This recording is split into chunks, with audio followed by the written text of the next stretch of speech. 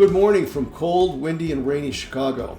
I'm John Kosar, Chief Market Strategist and Portfolio Manager at Asbury Research. Thanks for viewing our latest Following the Money podcast. Today's date is Sunday, March 23rd, 2025. Before we begin, let me take just a moment to give you a little bit of information about us. Asbury Research is a registered investment advisor, or RIA, and has been providing both investment research and asset management to individuals and professional money managers since 2005. So this is our 21st year in business. We have two levels of research service available. Our Asbury Premium, which we've been doing since 2005, which includes the latest updates on all of our data-driven models and some personal one-on-one instruction on how to use them and how to integrate them into your own portfolio. And also our entry-level Substack newsletter that has a free version. I'm going to take a look at that a little bit later in the presentation today, and also a paid version for just $25 a month. In today's podcast, we are going to be taking an updated look at global equity markets with a focus on the U.S. via our own data-driven models, and we'll feature some of our research and trading ideas. We're also going to give you a look at some key charts and some of our own models that we think are particularly important to be aware of and to pay attention to in the weeks ahead as we try to determine just how much deeper the current market decline is going to go before it leads into a new and much better buying opportunity. So let's get started. We're going to begin by taking a look at our Asbury 6, which most of you are familiar with. This is the Asbury 6 updated through Friday, which was March the 21st. The A6, as we call it, is a daily data-driven gauge of the U.S. stock market's real internal health, according to 6 diverse market metrics, which we selected and grouped together via a lot of quantitative backtesting. The reason we did this is because of the way the market trades now. It's really volatile these days. Anyone that's in the market knows that. The S&P could be up 100 today and down 100 the very next day, and then maybe up 50 the day after that. The day-to-day volatility makes it difficult for us to stay on our plan. So we first started using the Asbury 6 internally, just so we can keep our eye on the ball, on the signal, if you will, and not on the noise. The noise is this up 100 today, down 100 tomorrow kind of activity that we've been seeing in the market. The Asbury Research, or the Asbury 6, keeps us focused on the signal. It gives us an advantage where we're not going to get knocked off of our game because of a lot of noise, a lot of intraday noise. So right now, 5 of our 6 constituent metrics in the A6 are all red or negative. These numbers here show the dates that each of these individual constituent metrics, like the rate of change in the S&P 500 or investor asset flows or market volatility, what the date is that each of these have either turned green to positive or red to negative. Most of these you can see have turned actually, some turned around the February 20th and 21st area, and then some briefly turned green last week, and now they're red again as of Friday. So this retains the Asbury 6's February 21st negative status. The S&P 500 has declined by as much as 9% since then. What does it take for this to turn back to positive? We need to get 4 or more of these constituents turned back to green or positive. Until that happens, it indicates that the internals inside of the U.S. broad market are weak enough to where if we do have a rally, it's probably going to be a day or two and it's not going to stick. So right now, according to the A6, we are still on a negative bias. We're still playing defense. Since 2017, the Asbury 6 has pretty much stayed right on top of the S&P in terms of annualized performance, which is about 12.5% annualized, going back to the latter part of 2017. The difference is the S&P 500 has had a 34% maximum drawdown during that time. Maximum drawdown in the A6 has been less than 14%. So it's been able to stick like glue to the S&P 500 with a lot lower drawdowns, which makes a lot of difference over time how far you draw down before the next rally starts. The next one we're going to take a look at, which you also may be familiar with, it's another one of our benchmark models. This is called the CEF model. The CEF model is a completely data-driven sector rotation model. It was created to quantitatively identify long/overweight opportunities in U.S. market sectors by following the money as it moves around the 11 sector spiders, which we see here. If you add these up together, it's the S&P 500, basically broken into 11 different pieces. The CEF model is always fully invested in the market, providing investors with a dynamic alternative to the traditional buy and hold portion of a portfolio, which a lot of people might have in the S&P 500 or maybe the S&P 1500, something that's broad and it's going to represent the entire market. So here's the graphic. This is updated once a week on the weekends. You can see that XLE or energy is currently the top ranked sector according to CEF. It initially moved into the top 3 according to the CEF model's ranking score a week ago, and since then XLE has risen by 4% last week outright, while outperforming the S&P 500 by 2%. The other two are financials and healthcare. The reason we're referring to the top 3 is the way that we've backtested the model is we're always equally invested in the top 3. When the top 3 change, then we adjust our positioning in the market to always reflect those top 3. And again, according to hypothetical backtesting and all of the caveats that go with that, past performance does not equal future performance. And you'll see that when you look at the disclosures at the end of our video today. But since inception in the middle of 2018 through the end of last year, the CEF model has significantly outperformed the S&P 500 on an annualized basis with less drawdown, generally less risk. All of the risk numbers are a little bit less than the S&P. So this is basically our alpha generating model that catches those periods where 1 or 2 stocks may break away from the pack, which allows us to outperform. So note that the Asbury 6 and the CEF model and the rest of our data-driven models are a part of Asbury Research's premium research service. You can contact us via the contact tab at asburyresearch.com to request further information about pricing and services for these models. Next, let's take a closer look at some key levels in the S&P 500. So we're going to change our chart here. We're going to go to the S&P 500. This is a part of another one of our premium services. Actually, a version of this is also available on Substack. But what we do is we take the 10 charts that we think are the most important for the week. Keys to this week is the name of the report, and we go over them. It's a weekly report, as the name suggests. This is one of those charts. So heading into next week, the key price level that we're looking at in the S&P 500 is right here, 57.50 to 57.73. It's about 1.5 to 2% higher than Friday's close.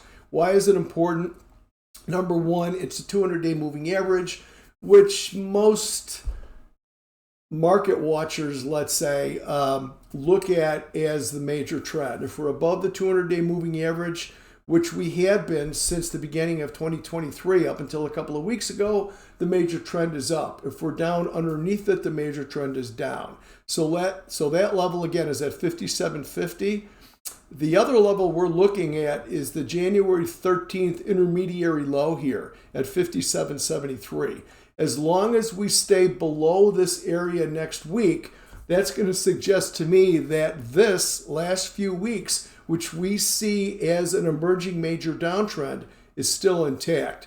It would take a move back up above here, sustained move back above here, to suggest that there might be a tradable bottom down here at the March 13th low and a move back up above this 59.20-ish area right here, which is the convergence of three different technical price levels. It would take a move back above there to really confirm that the correction lower is done with and we're starting a new leg higher. Underneath the market, the primary support level next week is 54.03, and that's the low from September the 6th. The next one that we want to look at here is also from Keys to This Week report, and that is, let's find it here, that is Amazon. So this chart shows that this influential market cap monster with huge market cap, I believe it's in the top 3 or 4 in terms of the S&P 500, in terms of the size of the market cap, is currently testing major support at 196.65 to 188.65. That's the 52-week moving average. Remember, this is a weekly chart, so we're looking at the 52-week or the 1-year moving average as kind of a surrogate for what we look at on the daily chart, which is a 200-day moving average. And this really important support level here that is the July and November 2021 highs at 188.65. We're sitting right on top of it. Considering that Amazon has maintained a very tight positive linear correlation to the benchmark S&P 500 throughout the past 25 years, which has most recently been 0.86, which is nearly lockstep over the past 3 months, how Amazon reacts to this support area in the weeks ahead will be seen as a coincident and potentially a leading indication of whether we're making a bottom here somewhere in the S&P 500 or there's going to be more weakness in the second quarter.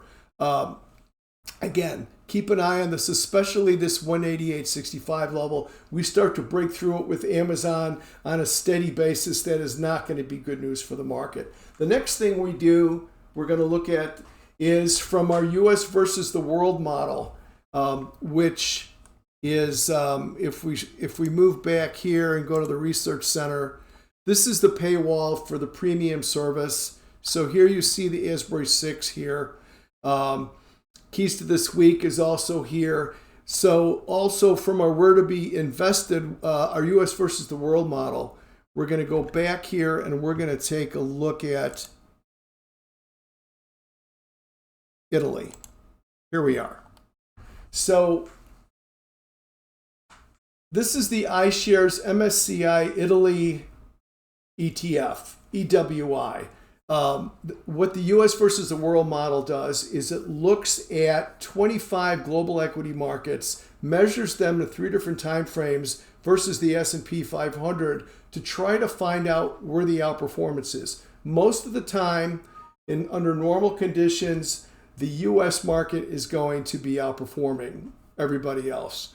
But there are times where our markets start to stall or investors get nervous about our economy or maybe what's going on in Washington. Certainly the tariffs have been a big part of this. Opportunities turn up in other places. This model helps us to find that. So the upper panel of the chart, it plots EWI daily since October of 2024, along with its 200-day moving average here in orange, which we use to determine back of the envelope for where the major trend is.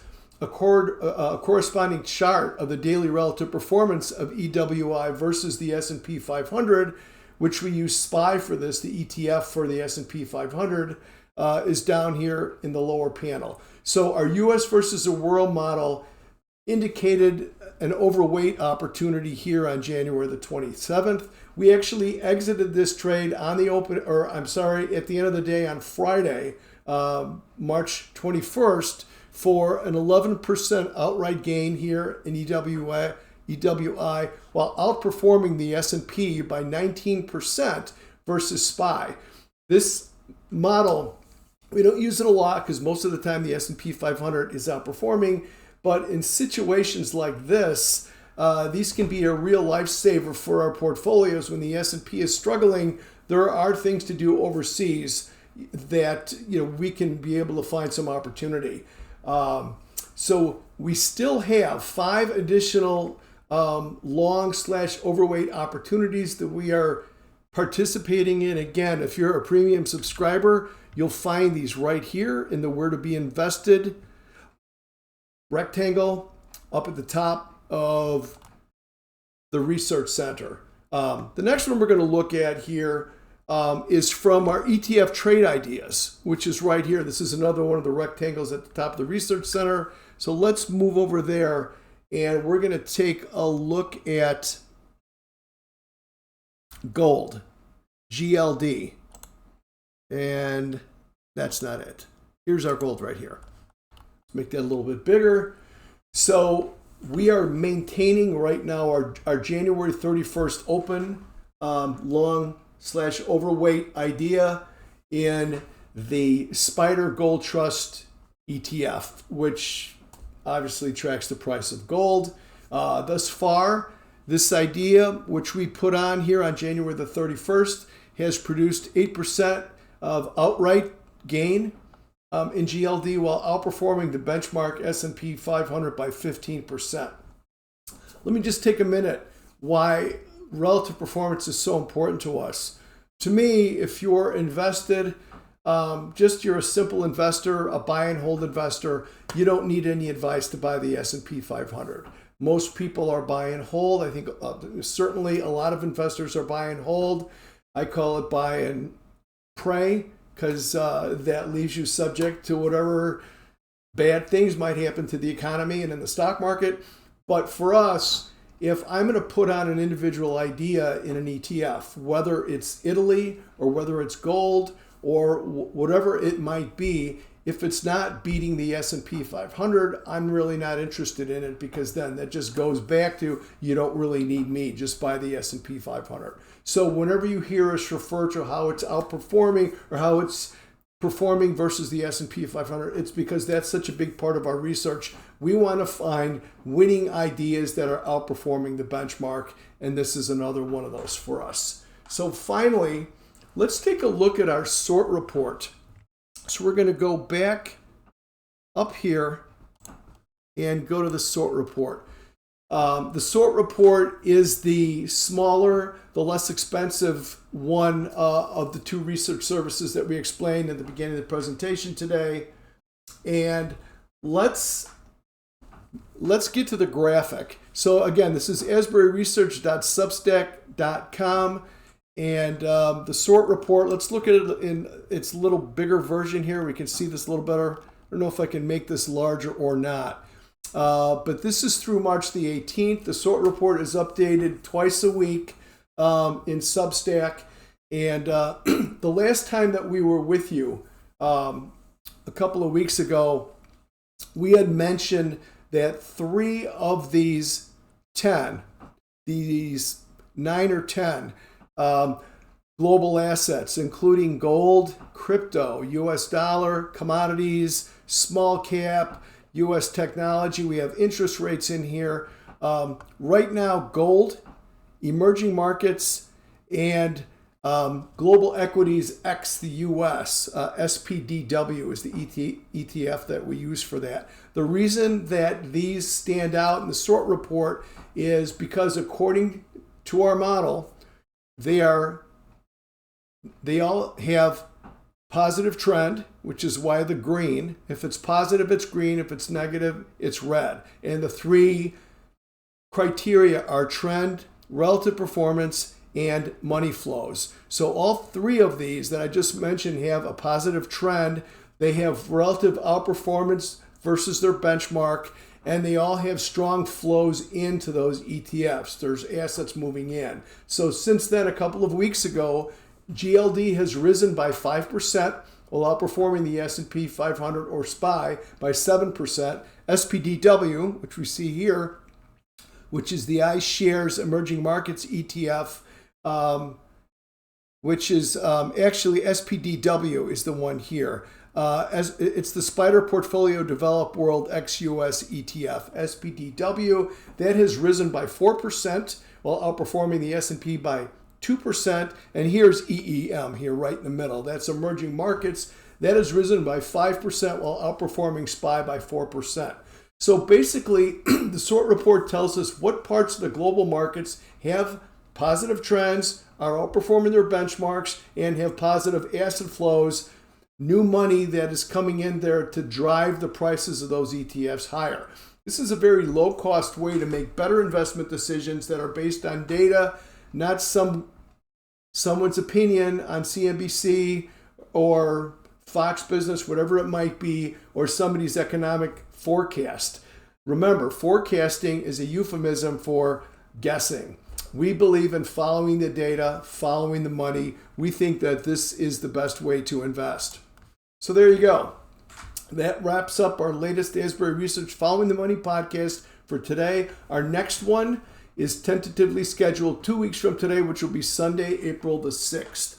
For questions or more info on any of the research models or model portfolios that we talked about today, you can contact us right here right here using the contact tab at asburyresearch.com. So thanks for being with us today. Enjoy the rest of your Sunday, and don't forget to like and subscribe. We'll see you at the next one.